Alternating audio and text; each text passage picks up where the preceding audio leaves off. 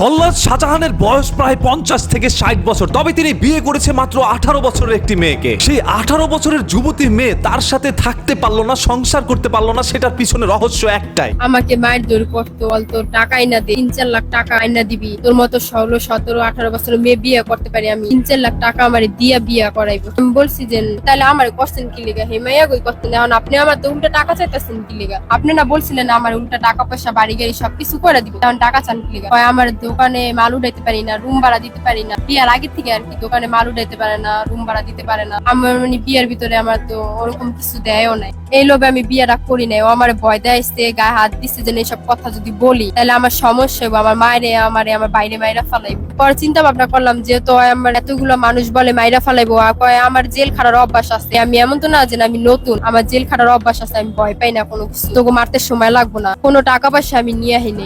যখন বলছে যে আমি টাকা পয়সা নিয়ে এসেছি, তার 2 দিন পরে আমি এই পুলিশ নিয়ে গেছি কুড়া থেকে। ও বলছে যে আমি টাকা পয়সা এরকম এরকম নিয়ে এসেছি। এরপরে আমি শুনে পুলিশ নিয়ে গেলাম, যাওয়ার পরে বলতাছে তোমরা যদি টাকা নিয়ে চলে যাও, পালায় যাও, তাহলে তোমরা আবার এই জায়গায় লাগলি। একজন বলতাছে ওরা যদি টাকা নিত তাহলে কে জায়গায় তোর পলাই থাকতো, আর ওর কাছে টাকা নেওয়া, রুম ভাড়া দিতে পারে না, খাওয়ান চালাতে পারে না বিয়ের আগের থেকে, তাহলে আমি এত টাকা কই থেকে আনলাম? আমার বিয়ে হইতেই পারে। ও বলছে 5টা বিয়ে হয়েছে, ও 5টা বলছে না, আমি আরো 5টা বাড়াই দিলাম। কিন্তু বিয়ে এমন কোন ছেলে নাই যে বলবো যে আমি ওনার ঘরের টিকা যে টাকা পয়সা নিয়ে আমরা চলে আহি, এরকম কেউ বলতে পারবো না। দিনে তো মায়ের দূর করতো, মানুষের সামনে বলতো যে তুমি চলে যাবা, তাহলে তোমার আমি সুন্দর মতো দিয়ে আসবো। তারপর যে মানুষজন চলে যেত আমার গলার উপরে উঠে পাড়া দিত, রশি আছে না, যে বলে যে এটা আমি রশি নিয়ে এসেছি জেলখানার থেকে, এটা দিয়ে তোরে ফাঁসি দিব। মানুষজন চলে গেলে এরপর আমার এরকম হুমকি টুমকি দিত, তো 14 গোষ্ঠী পুলিশ দেয় ধরাম। আপনি যে আমার এরকম এরকম করে খালতু বোন করে, নিজের বোনের মতো ছোট বোনের মতো করে আপনি আমার আনলেন, এখন আপনি আমার এরকম কথা আছেন, আমি যে সাংবাদিকের কাছে বইলা দিয়ে এখন তো আপনার আইসা সালাম দেয়, টাকা পয়সা দেয়, কত একটা সম্মান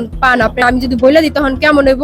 তখন সম্মানটা থাকবো না, সবকিছু আমার কাছে রেকর্ডিং আছে। রাত্রেবেলা আপনার উনি বলে কি আমি নতুন বিয়ে করছি, আমি জীবনে বিয়ে শাদী করি নাই, আমি কুমার এখনো, আমার নতুন নতুন 6 মাস দিনে রাত্রে সবসময় 5-6 বার এরকম লাগবে। আমি কোথাছি কি আপনি তো তখন বলছিলেন আপনার রাইন্দা বাইরা খাওয়াইলে আপনার এসব লাগবো না, প্রতিদিন কি এরকম পারা যায়? 3-4 বার রাত্রে 4টা-5টা বাজে যেত, ঘুমাইতে দিত না।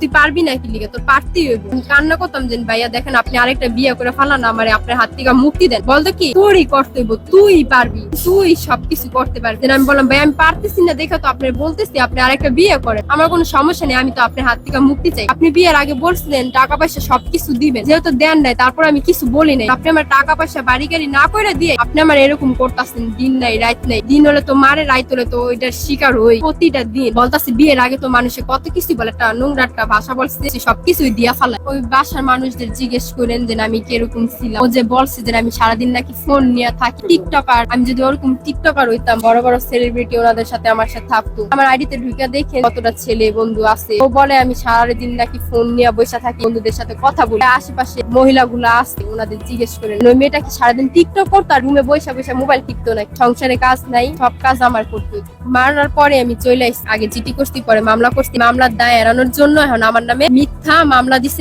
এটা আমাদের ব্যবসা, আমরা টাকা পয়সা নিয়ে চলে আসছি লুটপাট করে। তারপর বলছে টিকটকার। আমি একটা কথাই বলতে চাই, মাননীয় প্রধানমন্ত্রীর কাছে বিচার চাই যে না আমার মতো ও আরেকটা মেয়ের জীবন যেন এইভাবে নষ্ট না করে। ও এটাও বলছে আপনি আমার যেভাবে করে আনলেন, আমার মতো অন্য মেয়েরা আর এরকম করেন না। বলে কি তোমারই তো কইরা লাইছি, আর কারে করবো? তুমি যদি চলে যাও তাহলে তো আরেকটা মেয়ে ধরবো। আমার কাছে রেকর্ডিং আছে, দেশে কি বিচার নাই? ও আমারে ব্ল্যাকমেল করে আমারে বিয়া করলো, ওই মানে এখন আমার নামে উল্টা মামলা দিল। আমি মামলার কতদিন পরে ওই মামলা দিচ্ছি, এই মামলার দায় এড়ানোর লেগে আমি বিচার চাই। সেই জল্লাদ শাহজাহান এত বয়স হওয়ার পরও একটি যুবতী নারীকে কিভাবে পুটিয়ে পাটিয়ে বিয়ে করে ফেললো। মেয়েটা কোনো না কোনো লোভই তো তাকে বিয়ে করেছে, এটাই চরম সত্য। সেটা টাকার লোভ হোক আর অন্য কোনো লোভ হোক, সেই জল্লাদ শাহজাহানের সাথে সে সংসারটা বেশি দিন করতে পারেনি। সেটার পিছনে রহস্য একটাই, মেয়েটা বলেছে তাকে নাকি তার ইচ্ছার বাইরেও 4-5 বার তার সাথে সহবাস করতে চায়। জল্লাদ শাহজাহানের এই জ্বালায় সেই মেয়েটা ওইখান থেকে চলে আসে। এটা কতটা সত্যতা এখন পর্যন্ত মিলেছে সেটা আমরা জানি না। অজানা অনেক তথ্যগুলোকে বা অনেক মিথ্যাকে সত্য হিসাবে আমাদের সামনে রূপান্তরিত করা হয়। জল্লাদ শাহজাহান বলছিল তার টাকা নিয়ে এই মেয়েটা পালিয়েছে। সেই 10 লক্ষ টাকা